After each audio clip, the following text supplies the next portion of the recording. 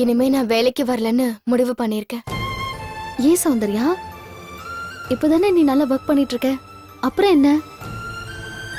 இன்னும் சொல்லணும்னா இப்பதான் தமைந்தி உன்னை பத்தி பெருமையா சொல்லிட்டு இருந்தா. அவெல்லாம் எனக்கு ஒன்னும் கான்டாக்ட் சர்டிபிகேட் தர வேண்டாம் அண்ணி. உங்களுக்கு தேவைன்னா தப்பு செய்யறவங்க கூட நீங்க சேர்ந்துப்பீங்க. ஆனா நான் அப்படி இல்ல.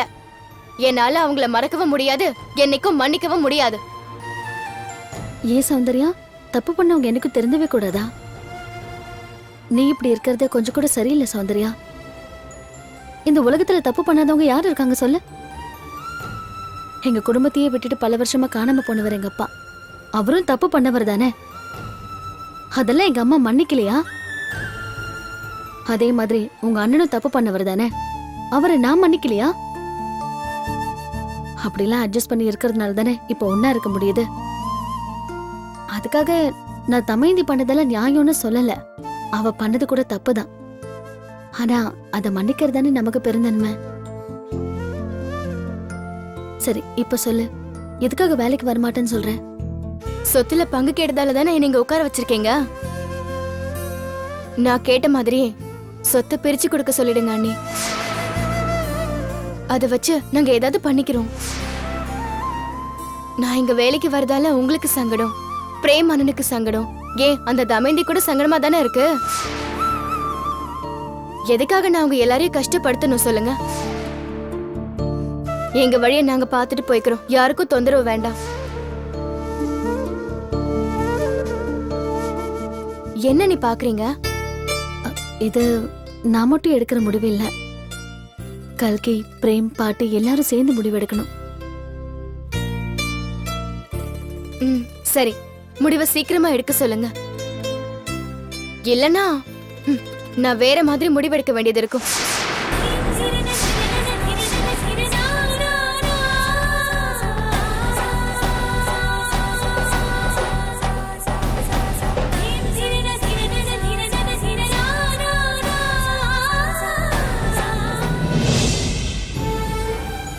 அர்ச்சனா, அர்ச்சனா, எந்திரி, டாக்டர்கிட்ட போலாம் வா. நீ கோவப்படுத்திட்டு என்ன வேணாலும் பண்ணு. ஆனா அதெல்லாம் டாக்டர்கிட்ட போயிட்டு வந்ததுக்கு அப்புறம் பண்ண அர்ச்சனா. இப்ப நீ எதுவும் பேச வேண்டாம், முதல்ல டாக்டர்கிட்ட போலாம் வா. வேண்டாம், நானே டாக்டர் கிட்ட ஃபோன் பண்ணி கேட்டு மாத்திரையில வாங்கிக்கிறேன். அது நானே பாத்துக்கிறேன். அர்ச்சனா, கஷ்டப்படுறதுக்கு யாராவது பிடிவாதம் பிடிப்பாங்களா? சொல்லு. ரொம்ப வேதனையா இருக்கு அர்ச்சனா. சாதாரணமா இருந்தா கூட பரவாயில்ல. இப்ப குழந்தைய சுமந்துட்டு இருக்க அர்ச்சனா. இப்போது நான் சொல்றத கேளு. நான் இப்பவும் சொல்றேன், நான் ஏதாவது தப்பு பண்ணியிருந்தேன்னு உன் மனசுக்கு பட்டிருந்தா அதுக்காக நான் மன்னிப்பு கேட்டுக்கிறேன் அர்ச்சனா. நீ வேலையை விட்டு நிக்க வேண்டாம், தாராளமா போ. ஆனா உங்க வீட்லேருந்து தான் போகணும். என்னோட ஆதரவு தான் வேணான்ட்ட, உங்க அப்பா அம்மாவோட ஆதரவாவது உனக்கு கிடைக்கணுமே. நிம்மதியே இல்லாம இருக்க அர்ச்சனா. ஒரு சில நேரம் உன்னை நினைச்சு கோவப்படுறேன், ஆனா அதுக்கப்புறம் வேதனைப்படுறேன். நான் மட்டும் இல்ல, எங்க அப்பாவும் உன்னை நினைச்சு வேதனைப்படுறாரு தெரியுமா? சரியோ தப்போ நடந்ததெல்லாம் மறந்துடு அர்ச்சனா. இனிமேல் அதுவும் சேர்ந்து வாழலாம். என்ன அர்ச்சனா? அர்ச்சனா, வசந்த், வாங்க வசந்த். இப்ப உடம்பு எப்படி இருக்கு அர்ச்சனா? பரவாயில்ல. இந்தாங்க நீங்க கேட்ட மாத்திரை. என்ன திலீப் இந்த பக்கம்?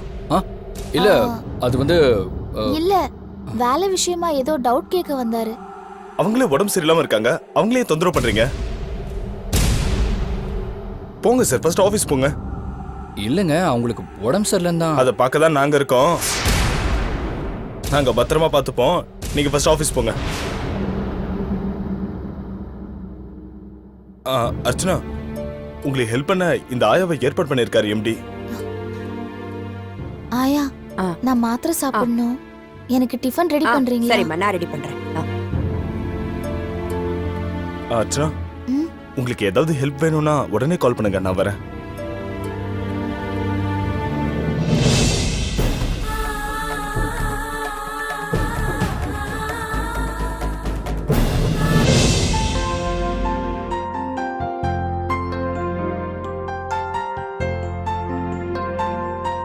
இந்தாங்க பால். சக்கரை கரெக்டா இருக்கா பாருங்க. பாக்குறேன்.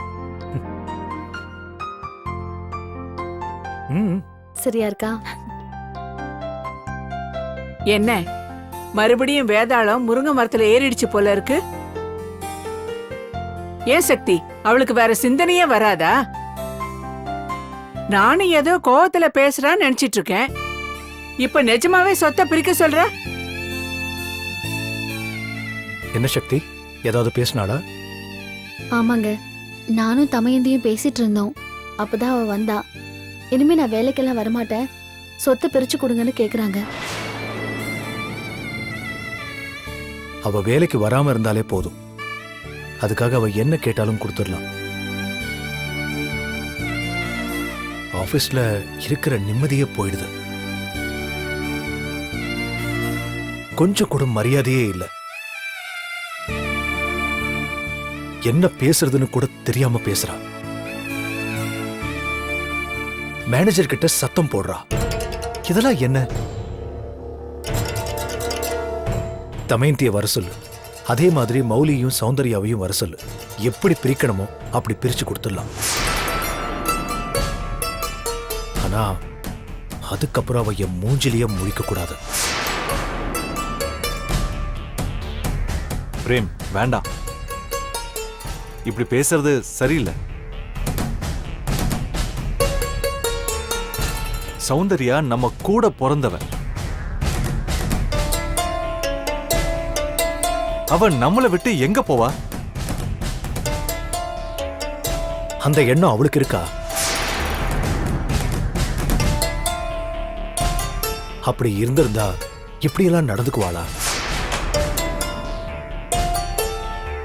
அந்த வீட்ல இருந்து நம்ம வீட்டுக்கு வந்த பொண்ணு பிரிஞ்சிருக்கிறவங்களை எல்லாம் ஒண்ணு சேர்க்கணும்னு நினைக்கிறா. ஆனா இந்த வீட்ல இருந்து அந்த வீட்டுக்கு போன பொண்ணு சேர்ந்து இருக்கிறவங்களை எல்லாம் பிரிக்கணும்னு நினைக்கிறா. இப்ப பாரு,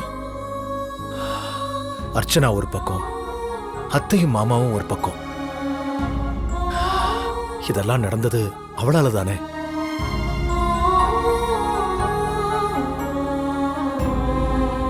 அவ கேட்டதை கொடுத்துட்டு அதோட விட்டுறலாம். முடியாது பிரேம், அது மட்டும் முடியாது. இந்த சொத்தெல்லாம் நம்ம கையை விட்டு போனதா நினைச்ச சொத்து திரும்பி வந்திருக்கு.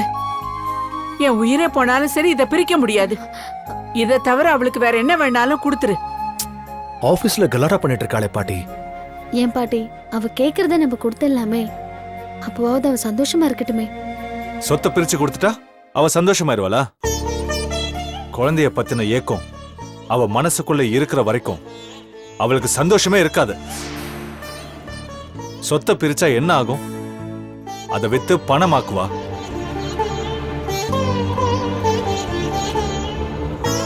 அந்த பணத்தை வச்சு மௌலிய ஏதாவது ஒரு பிசினஸ் பண்ண சொல்லுவா.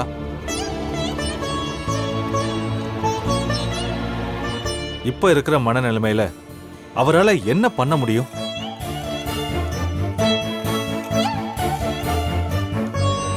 பிடிக்கலனா அப்படியே விட்டுட்டு போறவர் தான் மௌலி. அதே மாதிரி பிசினஸ் ஆரம்பிச்சாலும் அதையும் மூட்டை கட்டி வச்சிருவாரு மௌலி.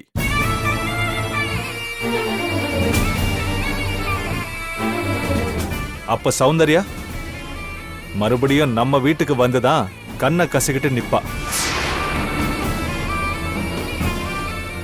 அதனால பாட்டி சொன்னதுதான் சரி.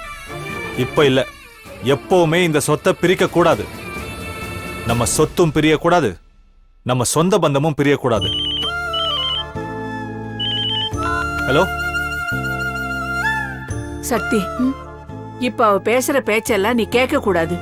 அவ சொல்றாங்கிறதுக்காக நாமளும் அவசரப்படக்கூடாது. அவளுக்கு மட்டும் இல்ல, நமக்கும் எதிர்காலத்துல கஷ்டம் வரும். இன்னும் நீ யோசிச்சு பாரு. இப்ப கல்கிக்கும் தமயந்திக்கும் கல்யாணம் நடக்க போற நேரம். இந்த நேரத்துல சொத்து பிரச்சனை வந்தா, தமயந்தி இங்க வந்ததுனாலதான் இந்த மாதிரி பிரச்சனை எல்லாம் வந்ததுன்னு 4 பேர் சொல்லுவாங்க. அவ சொன்னா சொல்லிட்டு போட்டும், அதையெல்லாம் நீ மனசுல வச்சுக்காத.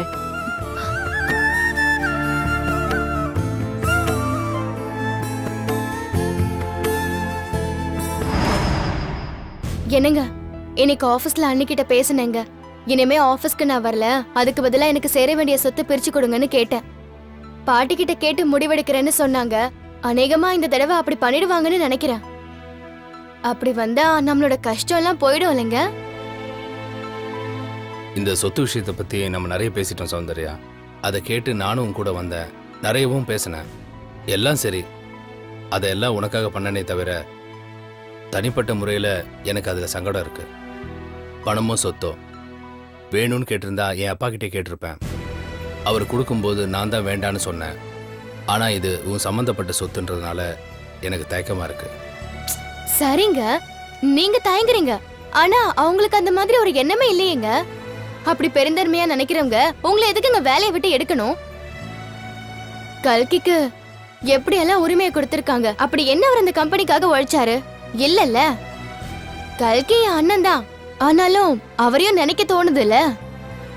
அதே மாதிரிதான் அந்த தமயந்தி. இவ்ளோ நாள் இல்லாம இப்ப மட்டும் என்ன புதுசா லீகல் அட்வைசர் போஸ்ட் கொடுத்திருக்காங்க. அந்த அளவுக்கு உங்களையும் மரியாதையா நடத்தி இருந்தா இவ்ளோ பிரச்சனை வந்திருக்காது இல்லைங்க. உன் அண்ணனை விடு சௌந்தர்யா, சக்திக்கு என் மேல பாசம் இருக்குல்ல. அவர் ரத்தத்தை கொடுத்து தானே என்னை காப்பாத்திருக்கா.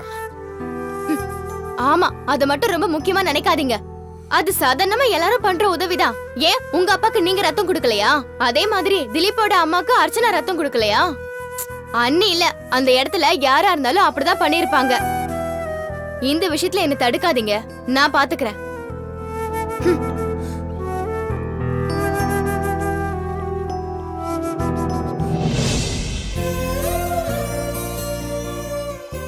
என்னடா வேலைக்கு போலையா? இல்லைம்மா, முக்கியமான ஒருத்தர் வீட்டுக்கு வர சொல்லியிருக்கேன். அவர் வந்தோன்னே அவரை பார்த்துட்டு அதுக்கப்புறம் வேலை கிளம்புவேன். முக்கியமானவரா? யாரு? வருவார்ல, வந்தோன்னே நீங்களே பாருங்க. திலீப், இதோ அவரே வந்துட்டார். வாங்க சார். ஆ.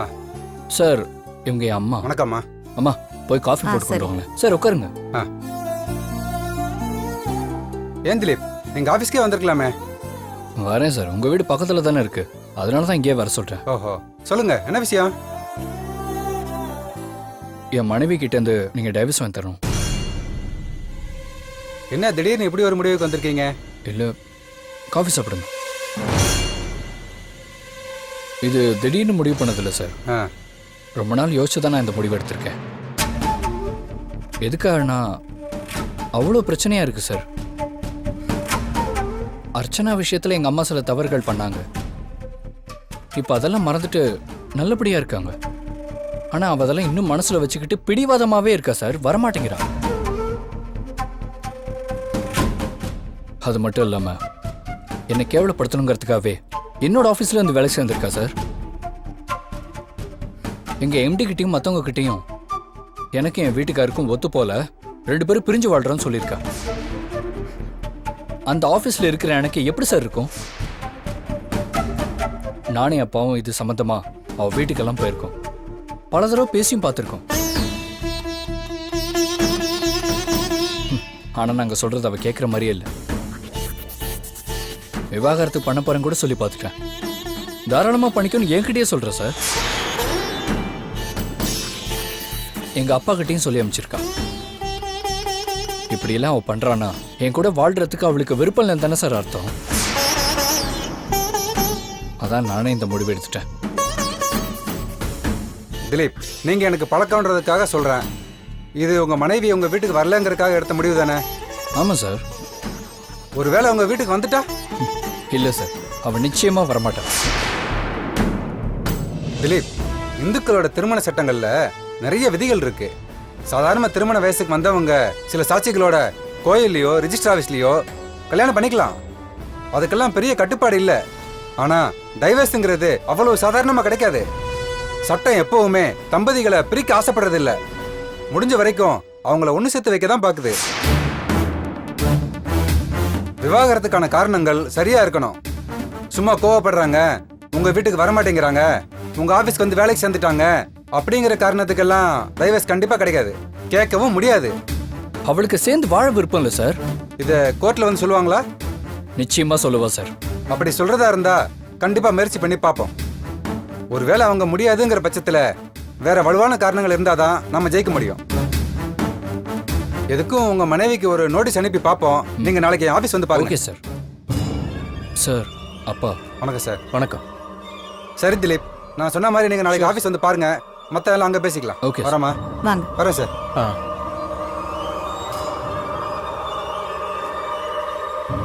டேய், என்னடா இதெல்லாம்? பா இனிமே என்னால பொறுமையா இருக்க முடியாதுப்பா. நீ என்னடா சொல்ற? திலீப், திலீப், லக்ஷ்மி, என்ன நடக்குதுங்க? ஆ?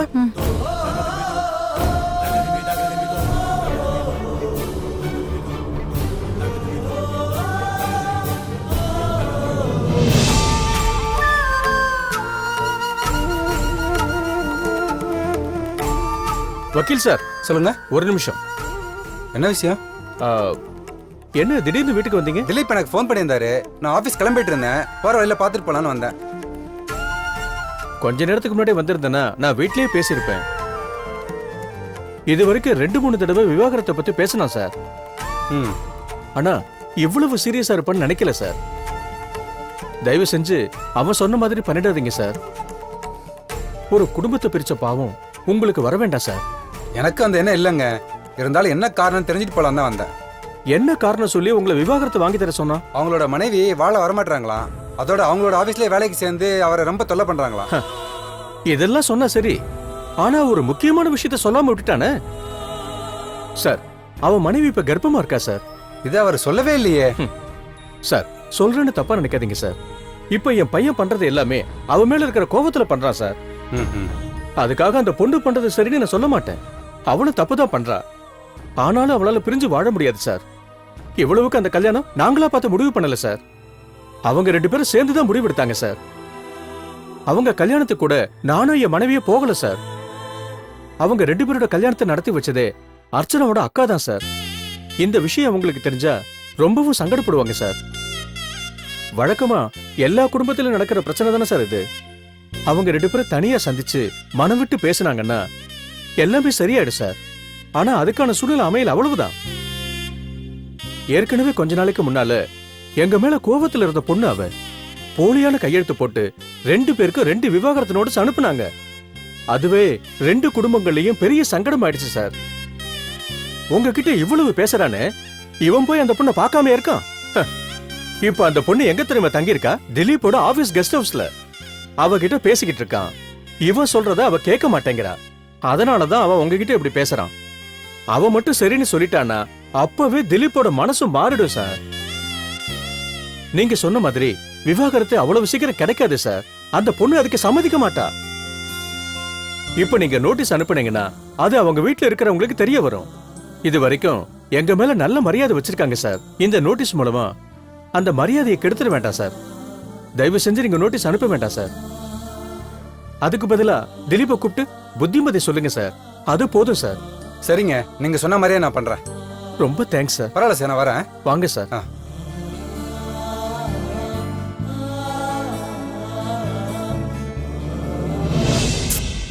என்னங்க சௌந்தர்யா எப்படி பண்றா? சொத்தை பிரிச்சு தர சொல்லி தகராறு பண்றாளாமே. அவ கேக்குற மாதிரி பிரிச்சு கொடுக்கறது கூட நல்லதா மகா. நீங்க ஒண்ணு தெரிஞ்சு பேசுறீங்களா தெரியாம பேசுறீங்களா? அவங்களா கொடுத்துட்டாங்கன்னா அதுல எந்த சங்கடமும் வராது. இப்ப சௌந்தர்யா இப்படி பண்றதுனால அந்த சொத்தை பிரிக்க வேண்டியது வந்தா அந்த கெட்ட பேரு நம்ம மௌலிக்கு தானங்க வரும். இப்ப அவன் வேலை வெட்டி ஒண்ணும் இல்லாம வீட்டுல உட்காந்துருக்கான். அவன் சொல்லிதான் சௌந்தர்யா இப்படி பண்றான்னு மாப்பிள்ளை நினைச்சிட்டா. மௌலிய பத்தி பிரேமுக்கு தெரியாதா? இல்ல சௌந்தர்யாவை பத்தி தான் அவருக்கு தெரியாதா?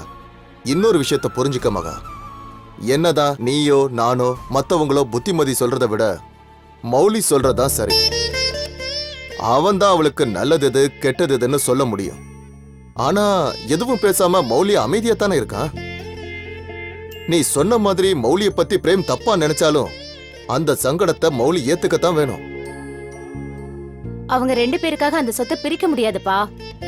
அதை பிரிக்காம இருக்கிறதுக்காக தான் நான் சௌந்தர்யாவை ஆபீஸ்க்கு கொண்டு வர முடிவு பண்ணேன். அப்போ அவளும் சரின்னு தானே சொன்னா. இப்ப என்ன மறுபடியும் பிரச்சனை பண்ணிட்டு இருக்கா? அப்பா, நான் ஒரு வக்கீல்பா. தொழில் முறையா நான் அவங்களுக்கு உதவி பண்ணேன். இப்போ ஆனா நான் அப்படி இல்ல. நான் அந்த வீட்டுக்கு மருமகளா ஆக போறேன். அங்க நடக்கிற எல்லா விஷயத்திலயும் எனக்கும் பங்கு இருக்கு. பாட்டி இருக்கிற வரைக்கும் அந்த சொத்தை பிரிக்கிறதுக்கு யாருக்கும் ரைட்ஸ் இல்லப்பா. அவங்க காலத்துக்கு அப்புறமாவது அவங்க ஏதாவது பண்ணிட்டு போகட்டும். இப்ப அதை பிரிச்சு கொடுக்கறதால என்னமா ஆயிட போகுது? எப்படியோ அந்த வீட்ல அவளுக்குன்னு ஒரு போர்ஷன் கிடைக்க போகுது. அப்படி கிடைச்சா மௌலியும் சௌந்தர்யாவும் அங்க போயிட போறாங்க. அப்பவும் அவங்க உங்க பார்வையில தானே இருப்பாங்க. அப்படியாவது அந்த குடும்பம் ஒண்ணு சேரட்டுமா? நீங்க தப்பா புரிஞ்சுக்கிட்டீங்கப்பா. சௌந்தர்யா அந்த வீட்டுக்கு போக மாட்டா. சக்தியோட குழந்தை மேல இருக்கிற வெறுப்பு அவளுக்கு அப்படியே இருக்கு. அதனால அவ அவங்களோட போய் இருக்கவே மாட்டா. அந்த சொத்து கைக்கு கிடைச்ச உடனே அதை வித்துடணும். அந்த பணத்தை வச்சு அவங்க ஏதாவது பிசினஸ் பண்ணணும். இதுதான் அவங்களோட நோக்கமா இருக்கணும். ரொம்ப வருஷத்துக்கு அப்புறம் தான் பிரேமுக்கு அந்த வீடு கிடைச்சிருக்கு. பூர்வீக வீட்ல வாழற யோகம் எல்லாருக்கும் கிடைக்கிறது இல்ல. இப்ப அது அவங்களுக்கு கிடைச்சிருக்கு. அதுல குழப்பம் வந்துடக்கூடாதுப்பா. சௌந்தர்யாவால எதுவும் பண்ண முடியாது. ஏதோ சும்மா அவளால மத்தவங்களை கோவப்படுத்த தான் முடியும். அன்னைக்கு உன்கிட்ட வந்த மாதிரி இப்ப வேற ஒரு வக்கீல் கிட்ட போயிட்டாங்கன்னா? அப்படி போனா அவளுக்கு எதிரா நானே வாதாடுவேன். சொத்தை தவிர வேற எது வேணாலும் கேக்கட்டுப்பா. இன்னொன்னு சொல்றேன்ப்பா, தனிப்பட்ட முறையில சொத்து மேல எனக்கு எந்த ஆசையும் கிடையாது. அப்படி மௌலி அண்ணனுக்கு ஏதாவது வேணும்னா இந்த வீட்டை அவருக்கு கொடுத்துருங்க. அவருக்கு அந்த உரிமையும் இருக்கு. ஆனா அந்த பிரேம் வீட்டை பிரிச்சு கேட்கறதுல எந்த நியாயமும் இல்ல. அப்பா ஒண்ணு பண்ணுங்க, மௌலி அண்ணன் உங்ககிட்ட நல்லா பேசுவாருல்ல, மௌலி அண்ணன்ட்ட எடுத்து சொல்லுங்க. என்னம்மா நான் சொல்றது சரிதானே? சரிதாம்மா.